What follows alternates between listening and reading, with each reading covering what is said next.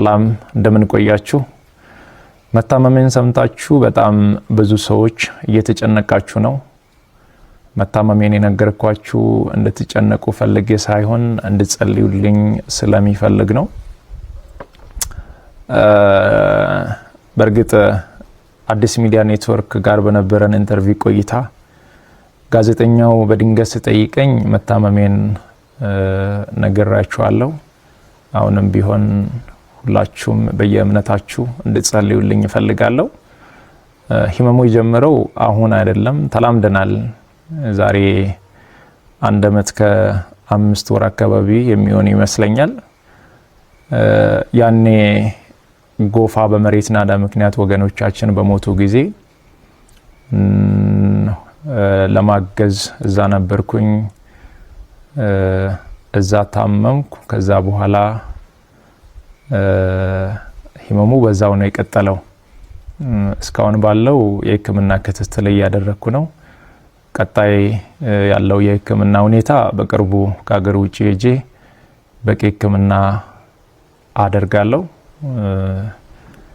ህክምና ብቻ ሳይሆን በዚህ ሰዓት ለኔ የሚያስፈልገው የኢትዮጵያ እናቶች፣ የኢትዮጵያ አባቶች፣ ወጣቶች ሁላችሁም በየእምነታችሁ እንድትጸልዩልኝ እፈልጋለሁ። እኔ ወደ ህክምናው እስከሚሄድ ድረስ የታመሙ አልጋ ላይ ያሉ ወገኖችን እያሳከምን እንቆያለን። በመጨረሻም አንድ ማለት የሚፈልገው በዚህ ሰዓት ለኔ የሚያስፈልገኝ አንድ ነገር ብቻ ነው። አሁን ከሚነግራችሁ ነገር ውጪ ለኔ ምንም ነገር አያስፈልገኝም። ሁላችሁም በየእምነታችሁ ጸልዩልኝ። ጸሎትና ጸሎት ብቻ ነው የሚያስፈልገኝ። ከዛ በተረፈው እግዚአብሔር ሁሉን ይችላል። በጣም አዝናለሁ። በኔ ምክንያት ይህ ሁሉ ህዝብ እንዲጨነቅ በማድረጌ በጣም በራሴ አፍሬያለሁ። ማንም ሰው ባያቅና ባይሰማ በጣም ደስ ይለኝ ነበር። ያው በአንዴ ወጥቷል፣ ምንም ማድረግ አልችልም። እረዳለሁ፣ በደንብ ይገበኛል።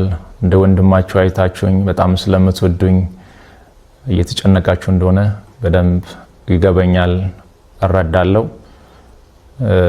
በጣም የምትወዱኝ ከሆነ በጣም ለኔ የምትጨነቁልኝ ከሆነ አሁን የሚላችሁ ነገር እንድታደርጉ በትህትና ነው የሚጠይቃችሁ።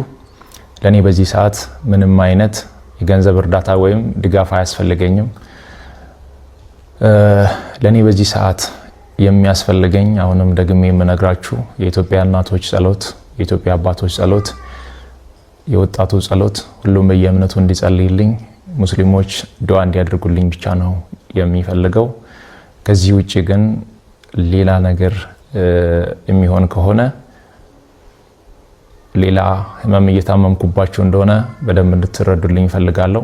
ከምንም በላይ እግዚአብሔር የእናንተን ጸሎት የእናንተን ልማና ሰምቶ እኔን እንደሚፈውሰኝ አምናለሁ። ለኔ የሚያስፈልገኝ በዚህ ሰዓት ላይ ይህ ብቻ ነው። ምናልባትም ይህንን አጋጣሚ በመጠቀም በእኔ ስም የተከፈቱ በጣም ብዙ ፌክ አካውንቶች አሉ። ገንዘብ እንዳይሰበሰብ አደራ ማለት እወዳለሁ። ይህንን መልእክቴ ደግሞ ለሁሉም አድርሱ። ጸልዩልኝ። ሌላ ምንም እርዳታ አያስፈልገኝም። አመሰግናለሁ።